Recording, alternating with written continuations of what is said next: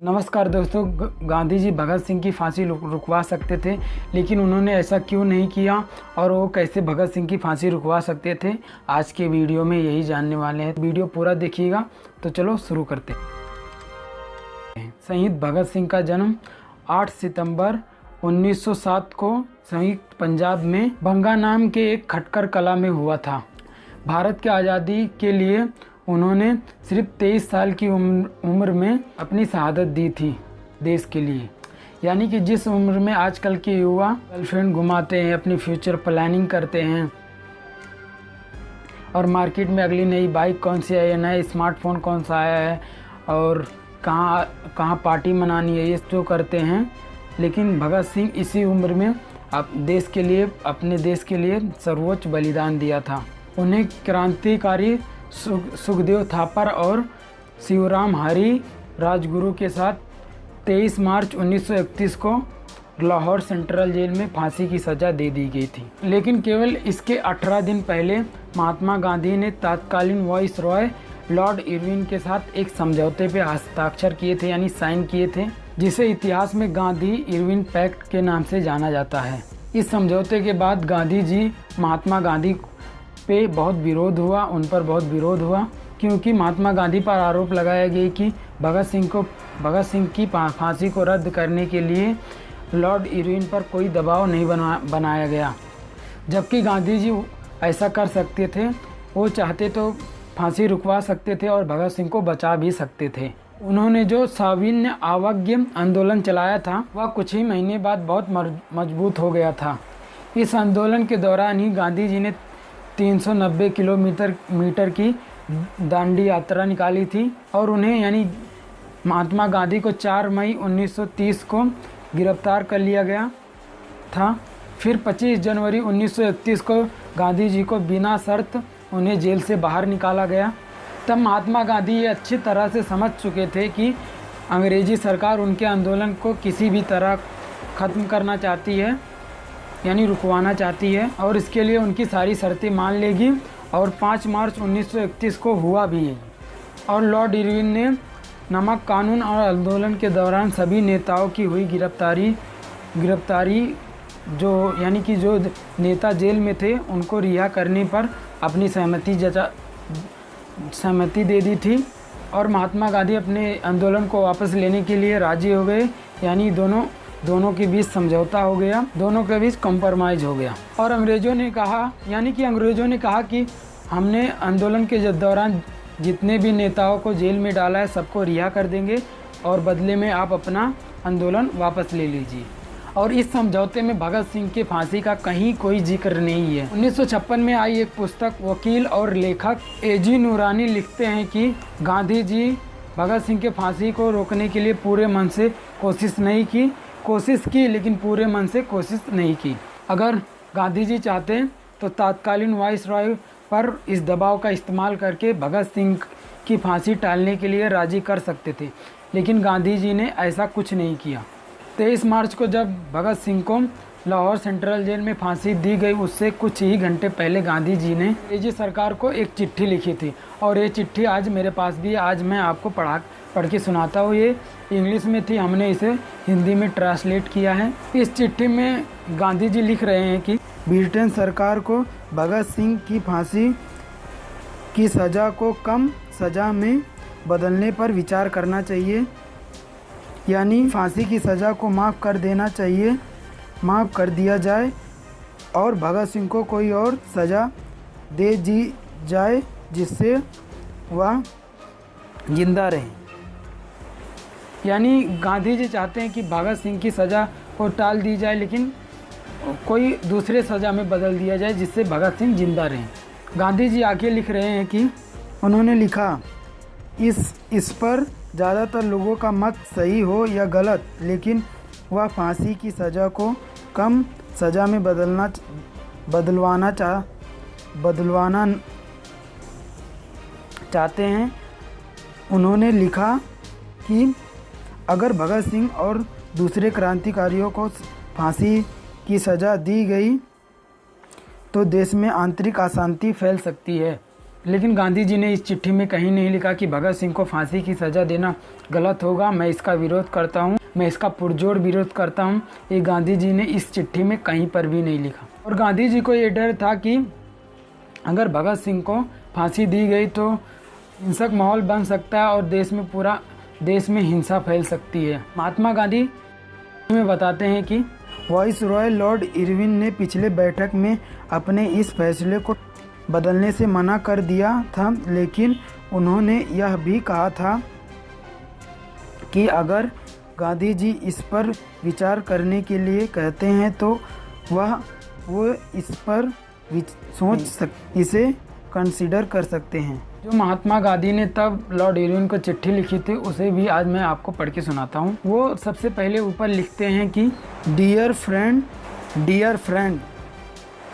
Gandhi ji Lord Irwin को अपना dear friend यानी अपना दोस्त संबोधित कर रहे हैं लॉर्ड इरविन को, यानी कि दोनों दोस्त हैं, यानी दोनों को दोस्त कह सकते हैं, यानी गांधी जी लॉर्ड इरविन को अपना फ्रेंड मानते हैं। इस पर आपको ध्यान देना चाहिए।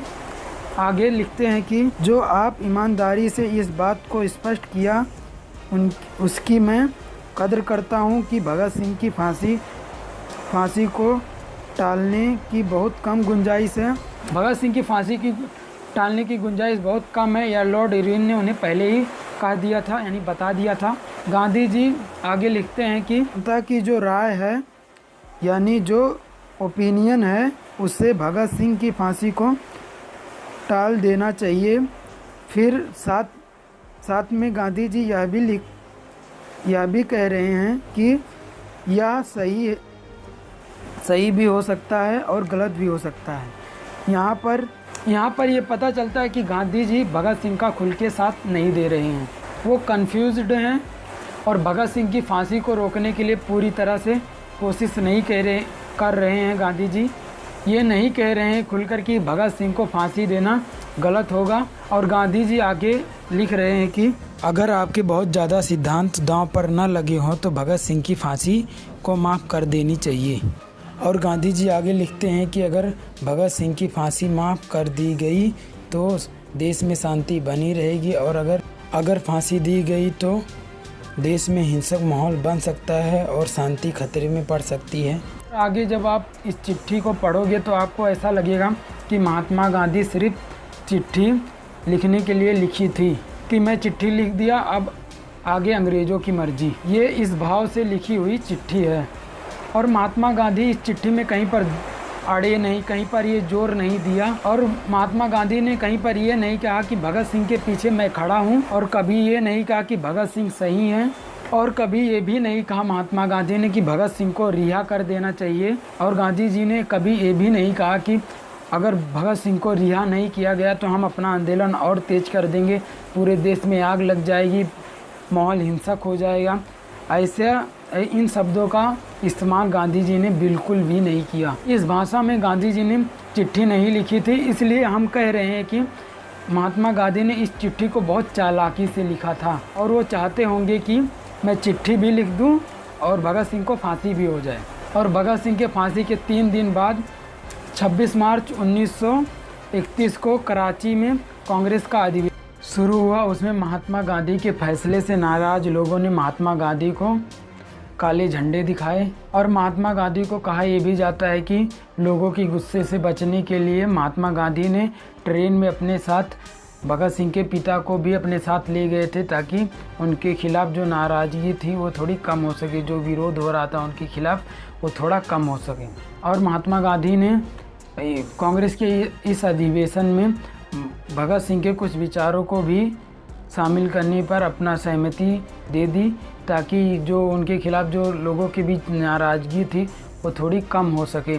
इसलिए गांधी जी ने भगत सिंह के कुछ विचारों को शामिल किया था। अगर सीधे कहें तो महात्मा गांधी लॉर्ड इरविन के इस दस्तावेज पे अपना हस्ताक्षर करने से मना कर सकते थे। अगर वो चाहते तो ये प्रस्ताव लॉर्ड इरविन के साथ सामने रख सकते थे कि भगत सिंह को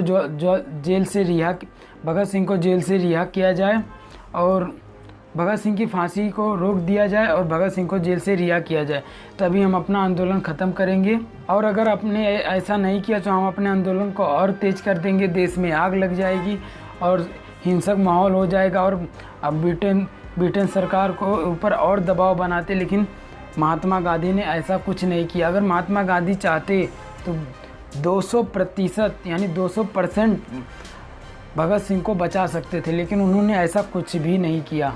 महात्मा गांधी की इस चिट्ठी को पढ़ के लगता है कि महात्मा गांधी कभी भगत सिंह को बचाना ही नहीं चाहते थे, और महात्मा गांधी ये चाहते होंगे कि मैं चिट्ठी भी लिख दूं और भगत सिंह को फांसी भी हो जाए, जिससे महात्मा गांधी लोगों के विरोध से बच जाते।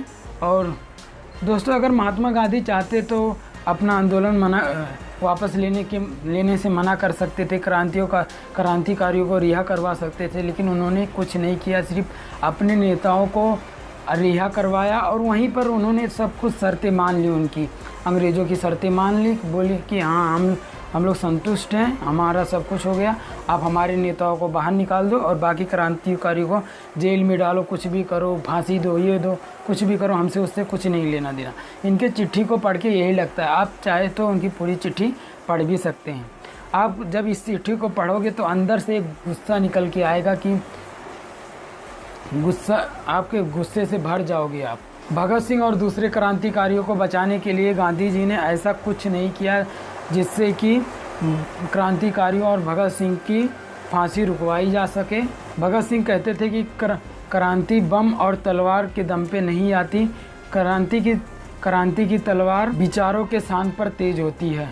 भगत सिंह भारत को आज़ाद देखना चाहते थे, लेकिन आज़ादी के 16 साल और 4 महीने और 23 दिन पहले ही उन्हें फांसी दे दी गई। अगर वो 16 साल और 4 महीने और ज़िंदा रह पाते तो भगत सिंह भारत को आज़ाद देख पाते और खुद भी आज़ाद हो जाते। वीडियो देखने के लिए धन्यवाद दोस्तों। अगर वीडियो पसंद आए तो वीडियो को लाइक करें और चैनल पर नए हो तो सब्सक्राइब करें और वीडियो को ज़्यादा से ज़्यादा शेयर करें, ताकि लोगों को पता चल सके कि गांधी जी ने भगत सिंह को क्यों नहीं बचाया था, जबकि वो ऐसा कर सकते थे।